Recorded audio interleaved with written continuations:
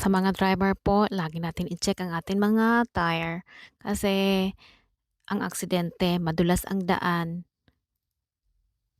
Lagi niyo pong ingat po sa pagmamaneho para sa ating pamilya. Mahirap na kahit may insurance dito sa Korea, mahirap.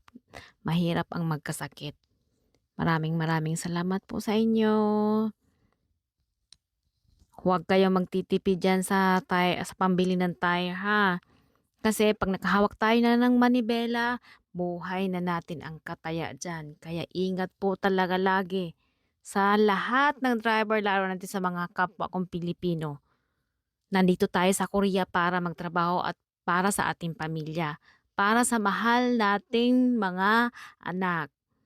Maraming salamat po.